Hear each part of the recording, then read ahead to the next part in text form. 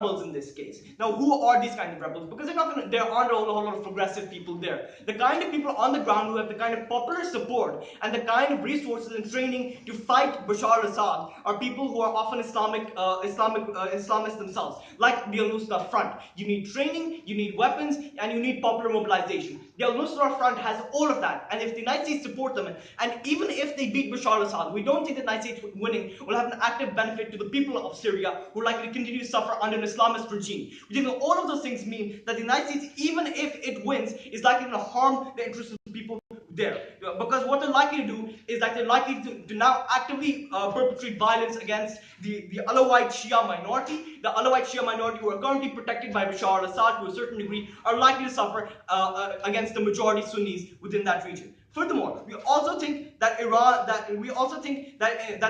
likely to lose because, for example, because we think that, for example, the opposition is strong. Because, for example, we think that Iran, Russia, and Hezbollah have actively created a proper unified opposition to the United States. And as a note, the United States doesn't have other allies it can rely upon to actively win this war. What does this mean? This means that if the United States loses, and if these actors lose, then weapons proliferation is likely to continue, especially to even worse actors. Because, like we saw in Iraq, when US rebels or US forces lost, then their weapons proliferated to even worse actors. For example, ISIS. For example, other actors who the US was directly fighting. All of that means that the United States, if it loses, is likely to lose all of its weapons, all of its weaponry to Islamists and even worse actors, the kind of actors that are likely that it already wants out, including the Bashar al-Assad regime itself, which is capable of becoming even more brutal. Furthermore, we also think that they're likely to lose because European leaders and NATO and other NATO allies are unlikely to help you. And there are multiple reasons for this. Number one, the current regime in Donald Trump is unreliable. We don't think that they have a trust in the United States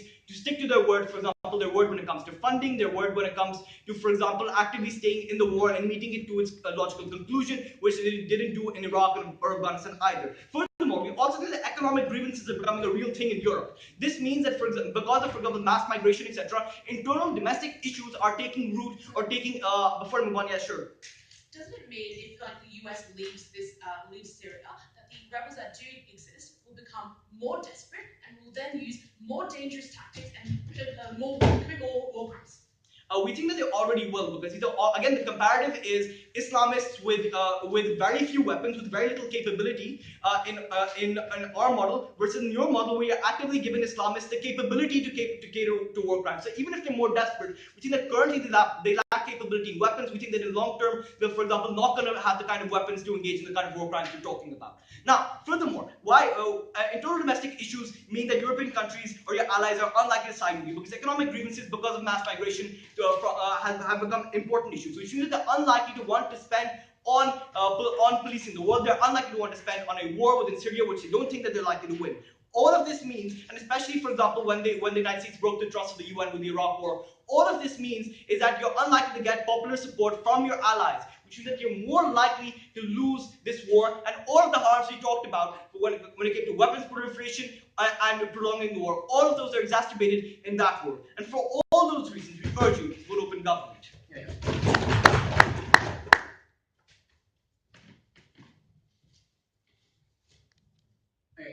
We thank the Prime Minister, who have the leader of opposition.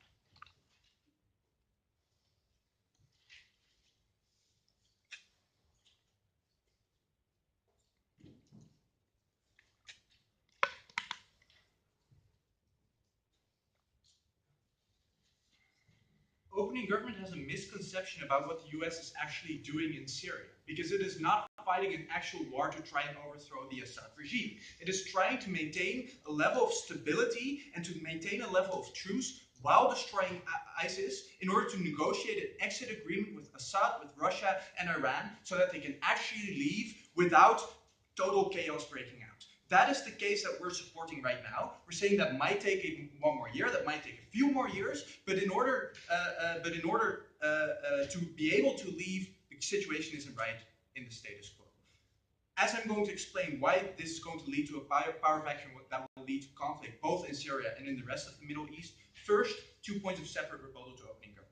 First of all, the idea that US is representation of hegemony and therefore brings in other actors. Note that directly after claiming this, the Prime Minister rebuts his own arguments, because what he says is Russia has very strong strategic and military interests in retaining bonds with Assad and making sure that he is powerful and can control his own country. That means that regardless of whether the US comes in, Russia has a huge stake in funding this conflict anyway and funding Assad to be able to make sure that he can overthrow other actors within the country anyway. That means that these actors are going to be there, and that is the same for Iran as well. So therefore we say it is not that these actors are there exclusively because of US involvement. Maybe they will increase it a bit more, but we say they have huge incentives to avoid war with each other, which I will explain in my constructive. Second of all, they say the US will lose because it doesn't have enough allies, etc., etc. We say maybe they don't have enough to necessarily have an open war with Russia, but both parties here have huge incentives to avoid that to happen. The only thing that they need to have enough weapons of is to maintain a level of stability that other actors aren't going to fight against. They have that for two reasons that I'm going to explain in my constructive. Now, the model that we support is that the US sticks around to maintain the truce that we see right now, to destroy the rest of ISIS because we've made them smaller but they haven't disappeared, and to actually be able to create stability so that places can be rebuilt before they're actually leaving, because right now we see that most of the country is actually in destruction. Also, we're supporting negotiating an exit agreement with Assad, with Russia, and with Iran. Now, the power vacuum that will ensue once we leave at this point. Context. Note that many areas within Syria are currently occupied under American control. That is either actual troops being stationed there, holding military control in order to make sure that other troops don't come in and fight, or it is local actors right there supported by the US military. For example, the Yazidis, and this is done at the moment there exist problems of perception of, for example, this hegemony that opening government talks about. We're able to get around those. At the moment there are problems with that in the region. We'll simply support other actors right there. Now, what is the issue at the moment you leave? The issue is that many other actors are looking for control within Syria. First of all, Assad, who looks to take back the territory that he has lost during the Syrian civil war. It is ISIS that still exists and is still powerful and is looking to take back territory again. Yes, they've taken huge hits, but the dream still exists of the Islamic Caliphate.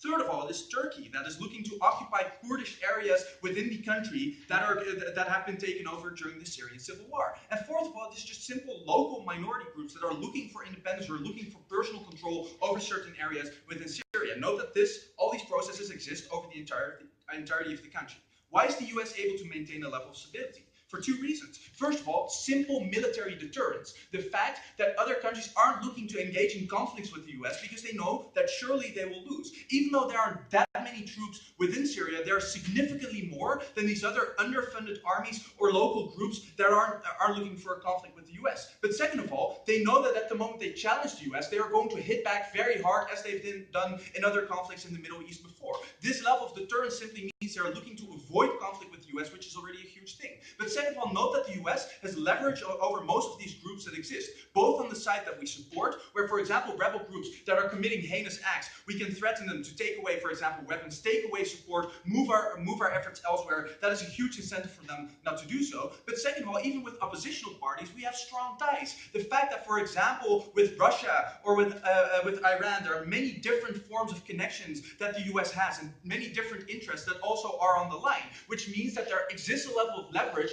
and a reason for these parties to come to the table and actually negotiate with the United States. That doesn't exist for local minority groups within Syria, because there are no interests for Russia or Iran simply to cooperate with these parties. That means that the US is uniquely able to negotiate with these parties. Now, why can this only happen at the moment they are actually directly involved within the war? First of all, because the enforcement of agreements that you make is incredibly hard to do from overseas. You need direct control, you need direct monitoring, you need to be able what's going on. That is something that can only happen at the moment you have direct troops on the ground. But second of all, it is simply the care of the American government and the care of the American people that only exists because their troops are involved. That is the reason why it's on the media, why it's in the news, why people actually want to know what's going on in that country. The American isolationism that we see right now is also going to hit Syria at the point where they leave and don't look back to Syria again. We say that is very problematic because that means the US will simply not be involved in negotiation at all.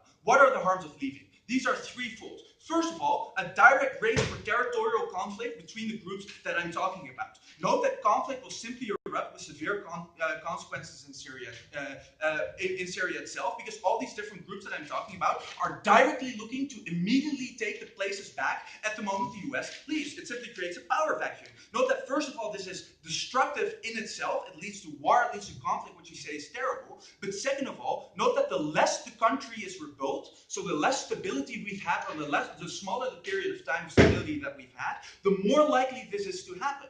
Why? Because only at the point where life becomes valuable again and actually livable again, then there are interests not necessarily to go to war again. This is completely different at the point where you're basically fighting over a group of ruins, where different individuals don't have jobs, don't have stability, and don't have interest to join or support war and conflict. We say that is a huge reason to stick around for longer in order to make sure that the rebuilding efforts that we're seeing right now are increasing over time. Second of all, indirect return to the civil war that has led to this conflict in the first place. Note that the Syrian civil war came as a result of opposition from groups against the oppressive Assad regime. At the moment the US leaves right now, these groups will instantly, Assad will instantly take back territory without making concessions to these groups, because he simply doesn't have to. The issue is that these feelings of anger that existed and led to the war still exist and are even bigger, as now life is way worse in those countries than it was before. That means there's a direct influence back to, first of all, anti-government rebellion, and second of all, support for terrorist groups like ISIS or different groups within the country, which basically means we're directly flowing back to the conflict that we're trying to avoid in the first place. The only way to prevent this from happening is by negotiating agreements and working together. Proud to vote. That generally it'd be easier for you to get your European allies on board for things like sanctions on Syria. Even China and Russia, pre the conflict with ISIS, did agree to sanctions being put on the Assad regime. We think that sanctions are a good mechanism of doing this, and it's been proven even in the case of the Iran nuclear deal, where you basically force a country and its regime to come to its knees because it can't provide services to its citizens. Right now, Bashar al-Assad maintains legitimacy because he gives services to the Alawite minority and he gives services to all the people under his control. If you put economic sanctions on this regime, then you reduce the ability of this regime to maintain popularity within its own support bases. We think that this is much better than continuing the conflict. I'll take you guys later. So we think that sanctions can actually work. You don't need troops on the ground. We think that that brings it all of the things that Wani said, which we don't think side opening opposition has done enough to contest with. What are the kinds of things that we're talking about and why they're important?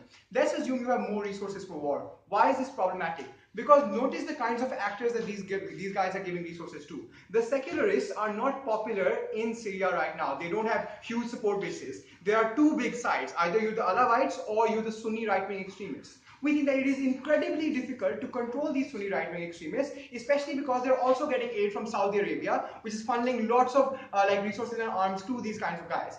We think that if you give them lots of ammunition, what they're likely to do is target the Alawite minority, because notice, they don't only have like an ideological difference with these people, they also have a historical grievance with these people. That is to say that you guys ruled over us undemocratically, oppressed us for so many years. And given the kinds of ideologies these people believe in, we think that what you guys probably need to, even in the scenario that you guys win and these people somehow take over, we think that it will be much worse for Syria on the ground. So we think that's one. But two, weapons proliferation. Notice that there are multiple rebel groups in a civil war. It is just wrong to say that there are only two sides, which is to say that there are multiple secularist actors. There might be Islamists who are against the United States of America. And the reason why Islamists are generally against the United States of America is because of anti-Western sentiment that came after the war on terror, which is to say that you guys bombed us, you guys did this to us and whatnot. We don't want to ally with countries that actually fought our Muslim brothers and whatnot, and especially an ally which actively supports Israel against all of the things that it does. We think that in that scenario, there are also Islamist groups which are against you. We think that you also empower these Islamist groups with your presence, which is to say that they get much more support from the Syrian population, because now they can write anti-Western sentiment and say these guys are coming here to colonize us or to establish like an un-Islamic regime or whatnot. All of those kinds of actors exist. But the crucial bit over here is, if the United States of America comes, a lot of other actors also come, and all those other actors continue violence for longer. These other actors would not be involved in the conflict to the same degree had they not been involved over here. Now, let's look at other things that these guys talked to you about in terms of military deterrence. Right? I've already told you military deterrence doesn't make sense because there's an incentive for all sides to increase the kinds of resources that they're expending on war. And especially notice that Wani already dealt with this, right? The United States of America only has a limited ability to get troops over there or get resources over there. This is because of democratic pressures on Trump, etc. You don't want to use a lot of money on the Syrian war, especially because your voters will be pissed off in the next election cycle. They want jobs to come back to the United States of America. These kinds of pressures don't exist on Putin. They do not exist in the Iranian government, whereby they don't have to respond to the pressures of their own people. That is to say that they can engage for war for far longer than you can. I'll take those. So your partner mentioned the importance of a stable and loyal Syria to the Russian regime. So why would Russia pass crippling sanctions, as you want to say, which would cripple this key ally? There's a very specific reason for why Russia can also pass sanctions, which is to say that Russia also cares about its international image. China especially cares about its international image, especially given the kind of over project that it has. It needs to appease other actors. So we think that there is significant room there. But even if Russia and China don't agree to sanctions, given that Syria's main export is oil, you can just stop trading in oil and not do it. So you can actually have like NATO sanctions. We think that those kinds of things can also work. There's a very limited market for oil in Russia because Russia produces oil, and again, Iran also produces oil. So we don't think that Syria basically still needs the West. So even if the UN doesn't pass this, we still think we're better. Now, in our model, ladies and gentlemen, we think that what happens then is you can't control these people. But also notice the kinds of actors we mentioned, right? What are the incentives for all of these people to continue in war? Bashar al-Assad is not going to give up his weapons, give up his army. He's been gaining territory. ISIS is on the decline. So when these guys are claiming, by the way, that, oh, we need the United States of America to be there for ISIS, I'm sorry, I might sound very evil with this, but Russia and Iran have done a very good job at beating ISIS. Like, Hezbollah is kicking them somewhere, but they're doing it. So ISIS is not a big issue in this debate. They're not even a big organization anymore, right? So we don't think so. The only viable other alternative, which is the powerful actor in the region, which you could possibly go to, are the Kurds, and you won't go to the Kurds because Turkey's interests and Iraq's interests don't align there. So you're also going to risk alienating those allies, especially because you have NATO bases in Iraq and Turkey. We think that it's unlikely that you're going to want to support the Kurds. What do we think happens? Iran wants Bashar al-Assad to stay because of two things.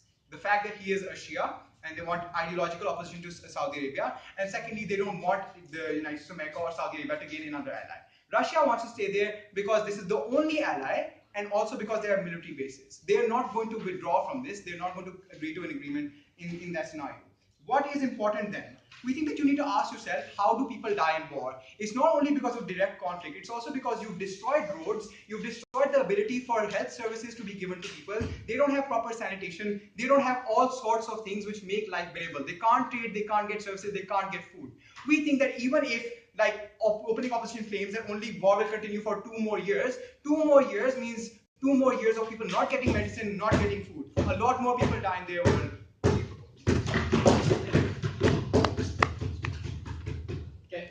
Deputy, at the DLO close out the top half.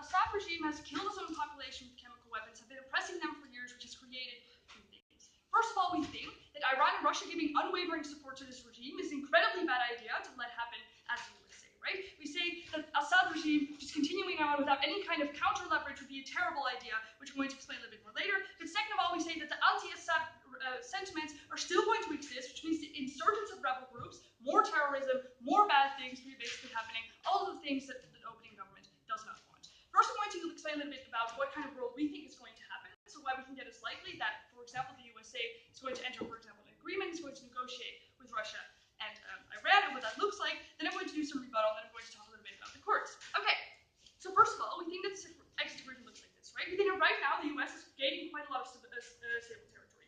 That is why you've been seeing in the news lately that Trump has been making promises to pull out Syrian soldiers, his own soldiers from Syria, because he believes we have already killed ISIS, we have already made this region stable, now let's pull out now, right? We see that what right now is happening is that these regions are becoming more and more stable because IS has been driven out, right? We say what happens then is that the US has a leverage, right? Because they have troops on the ground who can keep those regions stable and who can actually keep those territories in the hands of the US. It means that the next thing is going to happen. They're going to go into negotiations with, for example, Assad and the US and Iran and Russia. What they're going to do is, for example, divide territory, right? For example, say you can have this piece of land, we'll give you this piece of land, and divide it in that way, in a peaceful way, right? Which means that there is actually a chance for growth, right?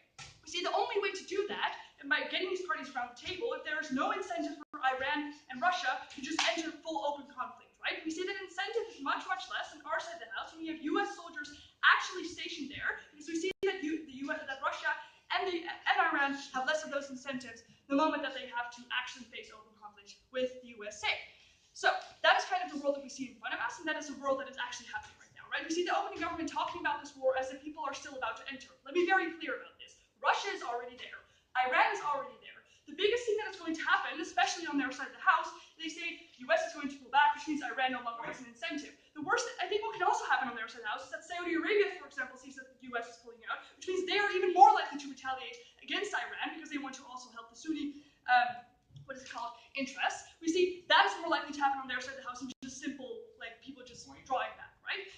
So that means that those countries are also more likely to retaliate. But also we say that the USA is simply leaving as an opportunity for Iran and Russia to actually gain the control, to open full conflict, to actually try to get the Assad regime back in place.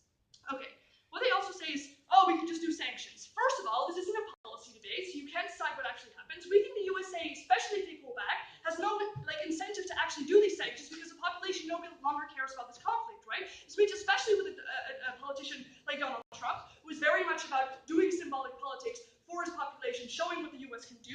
He has absolutely no incentive to do these kind of sanctions the moment that the US population does not care about this conflict as much anymore because they are not directly involved in it, as David explained, right?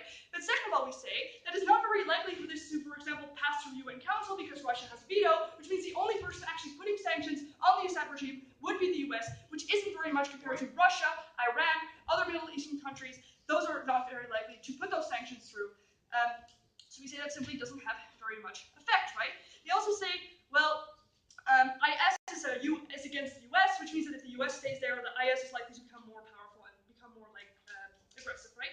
We say, look, the IS has already been there for years, right? We say that the narrative, or kind of the goal of IS is no longer fuck America, but it is gaining territory and creating an Islamic state, right? That is not going to go away the moment that the US actually leaves this area, right? In fact, it is only going to strengthen IS, and it's going to cause them to take over territories who have now become unstable because of US troops leaving. We say that is very, very bad. If you want? Yeah. Why would Iran and Russia want to concede to an exit agreement, given that they know that in the next electoral cycle, policy in the US might just change? That just doesn't make me, like, Trump could be reelected probably, but also we think that that's not really how electoral policy works, right? We think that's not necessarily going to change because the US has incentives to keep that region stable, just like it always has incentives to stay in contact with Russia, to stay in contact with Iran, because they have shared interests, right? Economic interests, trade interests, etc. We see those interests aren't really changing and haven't changed in the past electoral periods, right? Even with Trump, we see that he is very, very, willing to negotiate with these countries because he knows that those are the kind of interests that they have, right? So we see that is going to happen. They also say something, and I think this might be a thing that kind of comes from closing, about American interventionism, right? We say, look, if it is American interventionism, and yes, maybe that is bad, we say that first of all, you created the mess, you have a responsibility to clean it up, right? With drone attacks, with bombings, we have actually created quite a bit of instability in the past. Now it's finally starting to become stable again. Now we're finally starting to get some growth. Now we can't just pull back and leave those people to their lot, right? But also we say we would rather have this kind of intervention than Russian and Syrian intervention, right?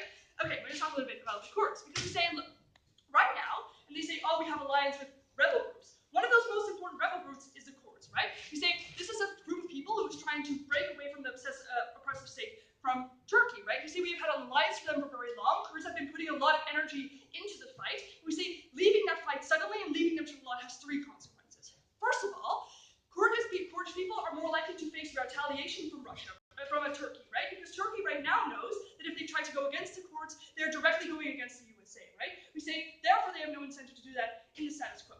If the USA draws out, Turkey has free reign to go against Kurdish people, right? To oppress them even further, even though all they want is a more progressive state away from Turkey, which we think is like a fine thing to do. Second of all, just a lot of people die, right? We think that Turkey retaliating against the Kurds, but also we see that IS starting to retaliate against the Kurds even more, creates people dying. Third of all, we say it's less likely that countries like the US or other Western countries will be able to do humanitarian missions in the future by cooperating with local fighters, right? We say, for example, in the war of Yemen, where it's incredibly important to be in contact with people on the ground, we see that that kind of cooperation is almost impossible in the future, the moment that you have basically abandoned people, local fighters, in the past, right? We say those kind of humanitarian missions and cooperation is essential if you want to end wars earlier, save lives, and the US now chooses to disengage from this war. So what do we stand for in the end? We explained to you that it's very likely that right now the USA is going to enter exit agreements with Iran and Russia. At the moment that the USA decides to leave, that Iran and Russia have no incentive at all to stop Assad from taking back territory, which will then again ignite the sentiments that David talked about in his speech from IS, but also from rebel groups, also from the courts, which will create more open conflict. We say right now, because the incentives are three global powers, they have incentives to actually talk to each other, to negotiate a way to divide territory, to actually leverage each other, and have a peaceful end to this war. We say that is what we want from the opposition. Okay, thank you, Deputy Leader. We'll have the member of government here. I think this one is important. Yes. Okay, I will switch for this.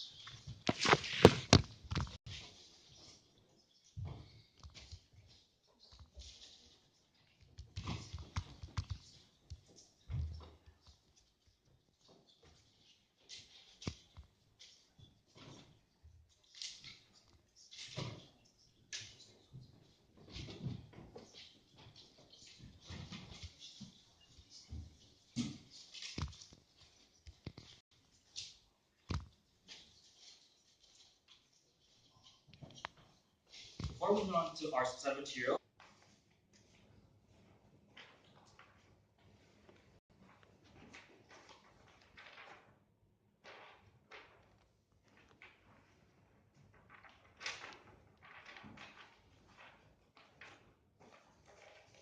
I'm missing a piece of paper.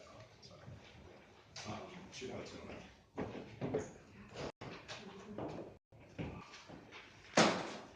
Yeah, sorry. Okay.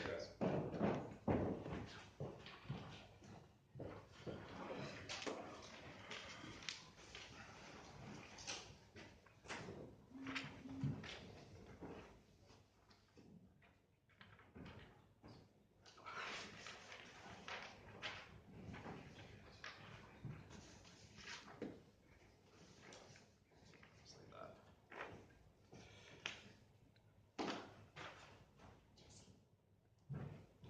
I'm reading that stuff.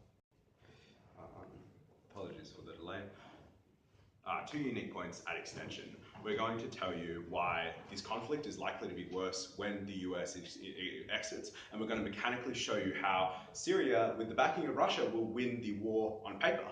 But this strengthens ISIS groups in a way which makes conflict worse, more ongoing, more guerrilla, in a way the Vietnam War was particularly traumatic. And then secondarily, we tell you how this creates toxic norms, which then isolate the Middle East in a way which oppositionalizes it to the West in a way which is going to be harmful for their development. But just to deal with the clash we heard at opening, because I think there was an interesting push from OG in regards to what obligations we had in this shepherdship idea. I think in regards to that, I don't think the conflict was started by the US factually in terms of where this conflict started. It started as an emergence of the Arab Spring. It was something which was a rebel sort of led insurgency which started from the inside. And even though the US has had influence on the Middle East, I don't think the stewardship obligation really stands up to the extent that it needed to for a principled obligation to win out. We think to the extent that we do have a principled obligation, we have supported groups or the US has supported groups that do exist, and we believe that there might be some obligation to continue to support them, especially if there have been promises. But to the extent that that material is relevant, I think the relevant axiom which we determine today's debate is rather who leads to the least amount of lives being lost, who leads to the best development, who leads to the most stable state. So on to the main clash that I think today's debate will be shaped around. So what should we do about illegitimate states, and how best we should intervene in the Middle East? I think there is a principled obligation that illegitimate states, states which bomb their people, states which oppress their people, states that commit war crimes, should be resisted. But we think there is probably a bit of I suppose in terms of that resistance, there is a bit of a leeway in regards to that. I think you need to ask the practical question about what sort of resistance this looks like and how this resistance is best, I suppose, characterised. Because if resistance is going to lead to a great amount of loss of lives, I don't think the principle weighs out.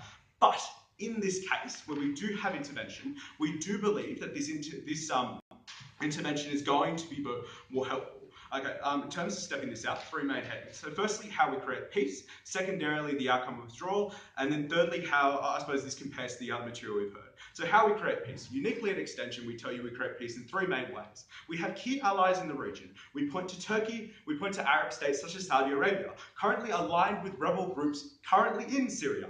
We can win the war with them. We have been winning the war with them. And we've been doing that by controlling the air. Because mechanically, in terms of this conflict, the reason why Bashar al-Assad was committing all those war crimes and was so effective is because he had control over the air. When the US took that away from him, that's when he started losing a considerable amount of ground. That leads to my second point. We stopped attacks by the air because the USA is the only organization which is going to be able to prevent the air domination, which is going to lead to the oppression of Bashar al-Assad. And we think this is particularly important because when Bashar al-Assad has control of the air, he was indiscriminate in terms of the atrocities he committed.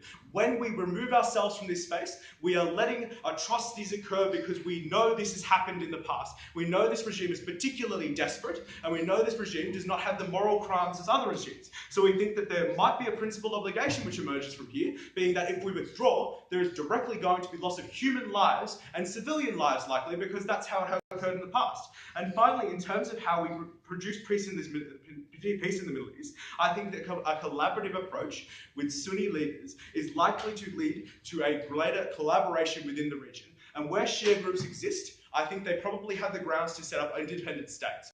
I believe there are several groups that currently exist within this region, and I think they're already defining themselves with our intervention. No, thank you.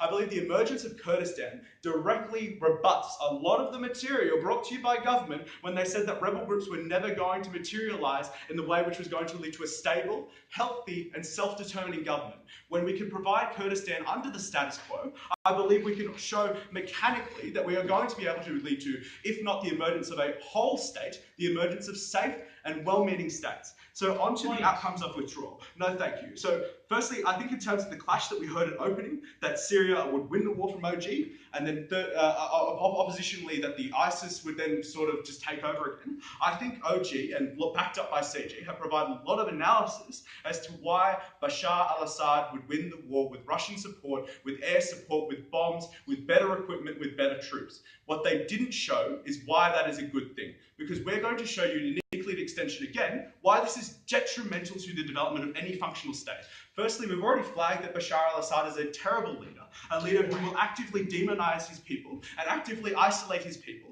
He will bomb people he doesn't agree with who are Syrian, but then secondarily, we believe that groups like ISIS thrive on isolation. They thrive on oppression, they thrive on being isolated to the point where they have a minor, tiny stranglehold. What this leads to, uniquely at Extension, we're going to tell you this leads to guerrilla warfare. This leads to ISIS members, like the Taliban, emerging themselves within civilian populations. You don't know who is your enemy, you don't know who is your friend. This will lead to countless airstrikes, this will lead to countless atrocities, and a war that will never end, because you cannot kill the idea that these people have in regards to radicalization, except through education, which you're never going to get when you continue to bomb schools, hospitals, and roads because you believe that the enemy could be hiding behind any of those. In terms of the contributions we've heard thus far, we think that in terms of the assertions from the government bench that the USA could not create peace, this was incredibly myopic, when mechanically the US has already created peace in parts of Syria and is working with allies who have consistently maintained peace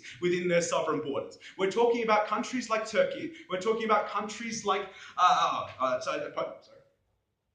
speech was unlikely that the US would want to support the Kurds to a large degree because it doesn't want to alienate Turkey or Iraq, which means it's going to support Saudi-supported allies, which are Islamists. Why is that any better? So are all Islamic nations going to be terrorist nations? This is a blunt assertion from the government bench that any Islamic country is going to be a terrible government, it's going to be unrepresentative, it's going to be unfulfilling. We think that states within the region, such as Turkey and such as Saudi Arabia, are fulfilling the state obligation to keep their people safe, provide educational systems in a way which is much more functional than perpetual war. Onto our principled extension, again, the second point in regards to the norms that we enforce, because we think this leads to isolationism. This is where we link to the POI that we brought you and directly attack the material at CG when they told you this led for more room for humanitarian aid without any analysis. Because we told you when you remove your stakes in that POI, we told you when you remove your stakes, you are less likely to want to send humanitarian aid because you don't feel connected. You don't get news from that region. You don't have people in that region. You don't have family members in that region. Because we believe that as a world leader, the US has an important obligation to set global norms, and when they remove themselves and enforce isolationist policy, they are less likely to be humanitarian, less likely to be charitable, and more likely directly to allow for atrocities and allow for lack of humanitarian aid. We think this is terrible, and for all these reasons we're so proud to oppose. Awesome. We thank the member of opposition and the government to close out the event.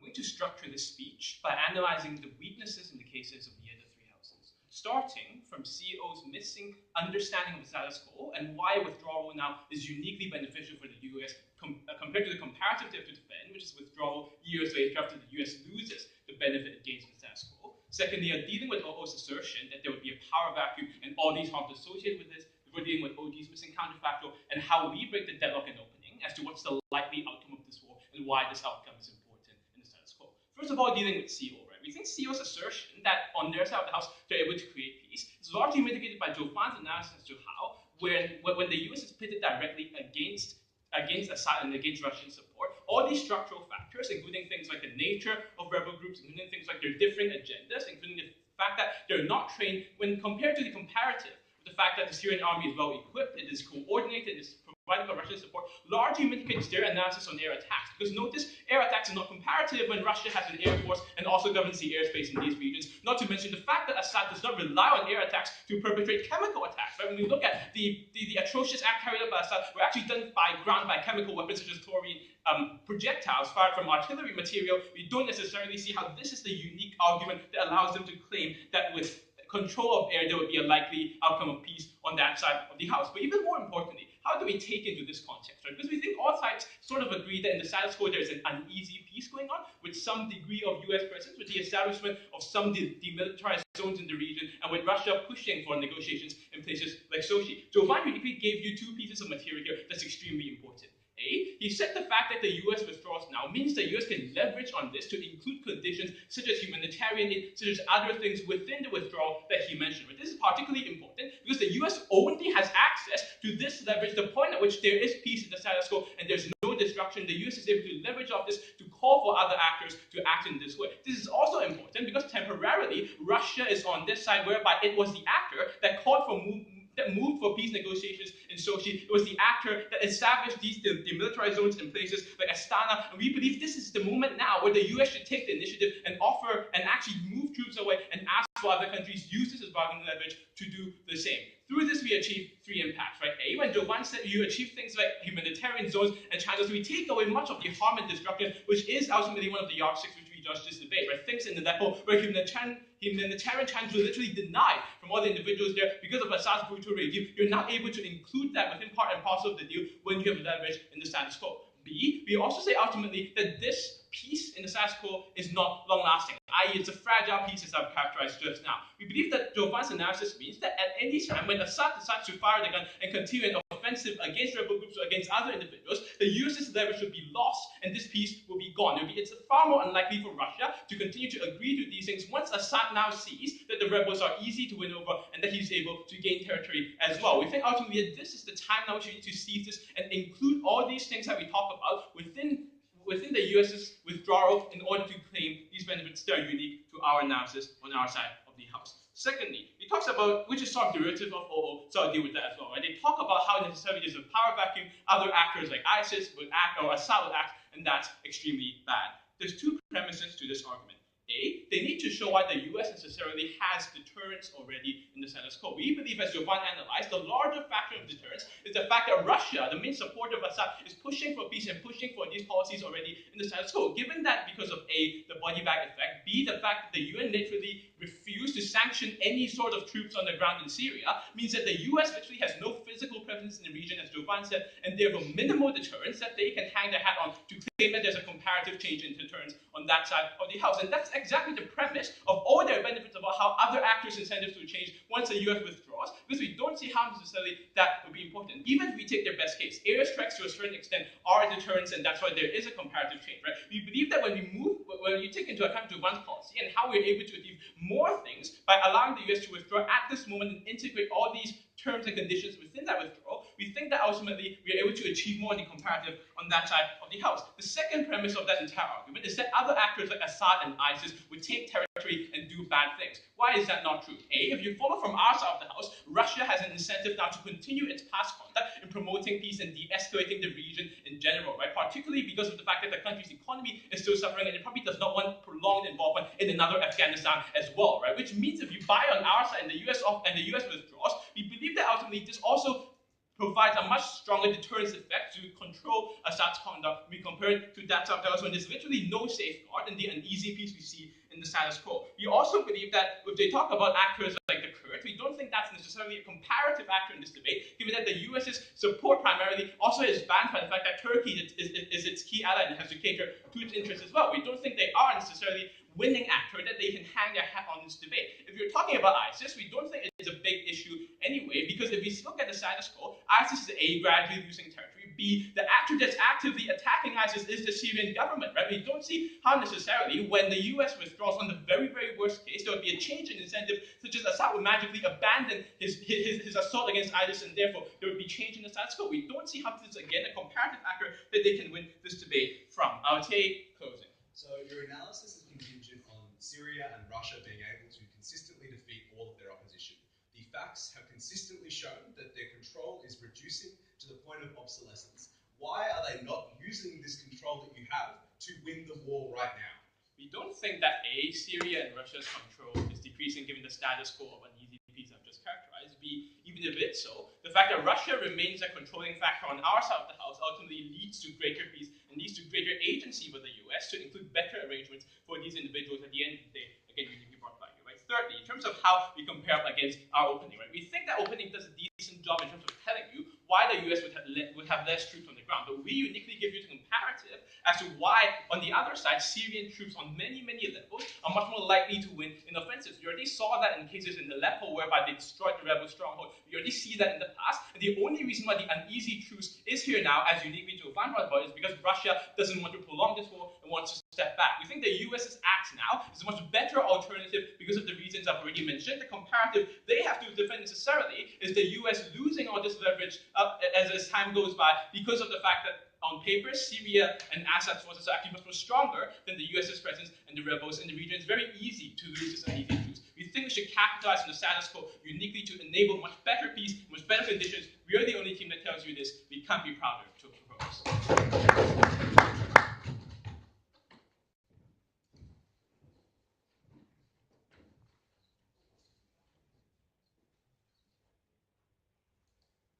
Okay, let's have the government on the opposition opinion.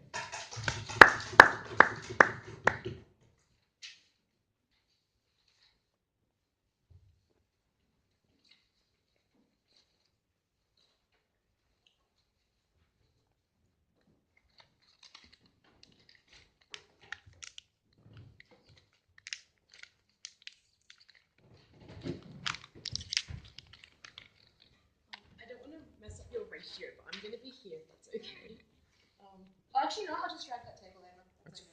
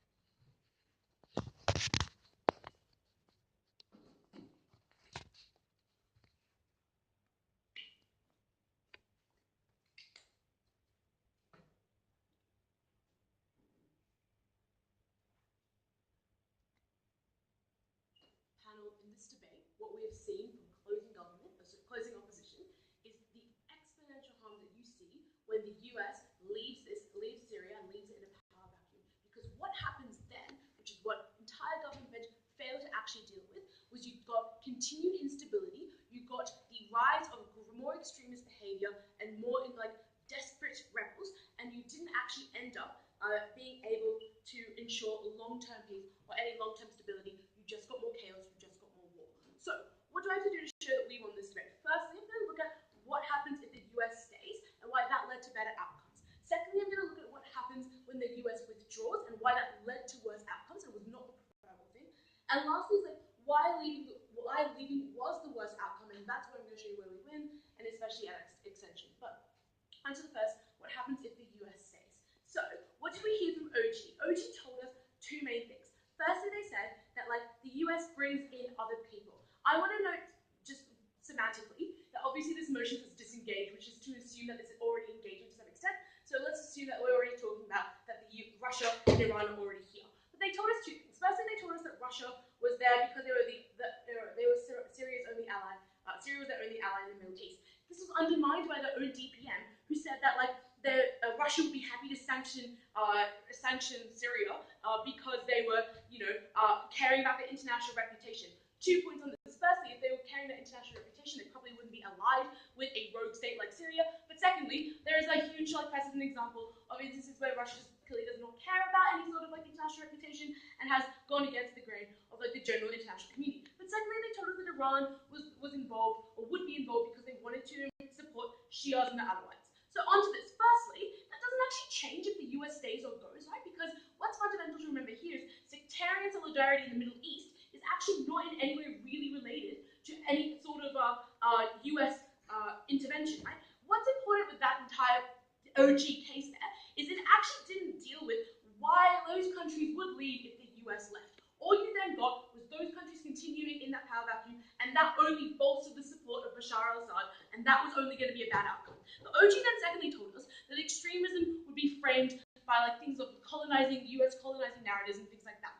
First, they didn't show how this was a unique thing for the US colonizing as opposed to Russia colonizing. We've seen evidence of this with the rise of the Taliban, with Russia's involvement in Afghanistan, right? So that's clearly examples of how colonizing foreign narratives apply to everyone in this debate. But secondly, even if there was extremism occurring, that extremism would be based on sectarian efficacy, i.e., those rebels or those extremists would be dealing as a fundamental religious war of Shias versus Sunnis and that sort of sectarian thing. We didn't think that colonization came into it. But thirdly, we thought that you actually tampered down the extremism of these rebel groups when you had the US making support for those rebel groups conditional on them not going entirely off the charts crazy. When there was no incentive to bring the behavior down, there was always going to be an increase.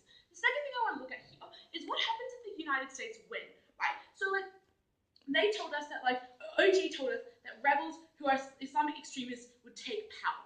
First, two things on this. Firstly, we actually see a rise in moderate rebels in the past 6 months within the Syrian area, and that's actually been seen to be those people who would probably be able to be negotiating with the US. We actually don't think those rebels who don't coordinate with the United States would be getting too much support. But secondly, even if, taking them at their best, you've got conservative rebels taking power, we thought that was a better alternative than warfare. Because what you get when conservative rebels take power is they actually have to govern, right? So they actually have to implement taxation and government and things like having daily life in the ceasefire. And that was going to be better than continuous warfare, which was going to target everyone and going to cause the most amount of death. But then closing government came in, they told us the rebels were disorganized, and that meant the United States couldn't win. So two things on this. Firstly, we thought that we did see with the rise of the moderate rebels aligning on common interests. But secondly, even if what they said was true, Speaker, what you'd see was that those unorganized rebels would disintegrate at the settlement and negotiating table that they propped themselves, right? So what that meant then was those interests would not be able to co-align without the existing presence of someone like the United States, and that meant that Assad would probably continue to have power, and that would be problematic. Why would that be problematic?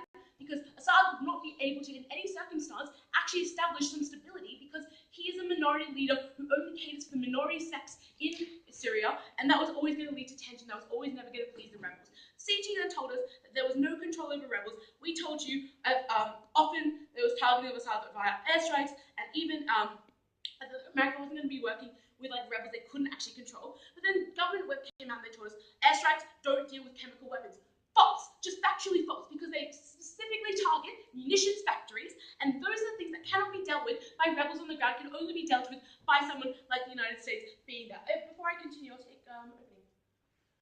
Yeah, so your major claim to our argument for Russia was that Russia won't want sanctions. But we think sanctions can still work, because I told you, the major export of Syria is oil, and Russia and Iran don't want to buy oil because they have oil, which means they still rely on the West to buy their oil. So sanctions can work, and you can still have. Right. So the thing with that though is that the Russian government has a vested interest in maintaining an ally within the Middle East by your own analysis. So they would probably be economically supporting that government if it meant that it actually gave support to their ally and in the Middle East. The second issue of what happens when the US leaves. So this is where we brought you a unique extension at closing. Right. We told you two things. Firstly, illegitimate states should be resisted from a moral principle. But secondly, when you don't do that, those isolationist policies will see that all sovereign states' actions will now occur under a sort of iron curtain, which means that as an international community, because the United States is a hegemonic power that influences other people's behavior, you would like to see a disinterest and a decrease in interest in the crimes against humanities that were going to be occurring in other states in the future. That led to more isolationism, that led to less likelihood of humanitarian aid that closing wanted to prop. Closing then told us that things like that, body bags, and that meant that no one cared. Two things. Firstly, we disagreed with that because what you actually saw in the United States was a humanitarian interest by people in the left and in traditional GOPers in terms of taking action in Syria. But secondly, even if that mentality existed, that was the sort of mentality we wanted to stop because it is the mentality that was isolationist that led to people ignoring our common humanity. They also told us about leaving vacuum quickly. We told you that leaving quickly led to a vacuum, that rebels would become more desperate in so doing because they would not be able to have anything but the most atrocious crimes left on the table to offer in order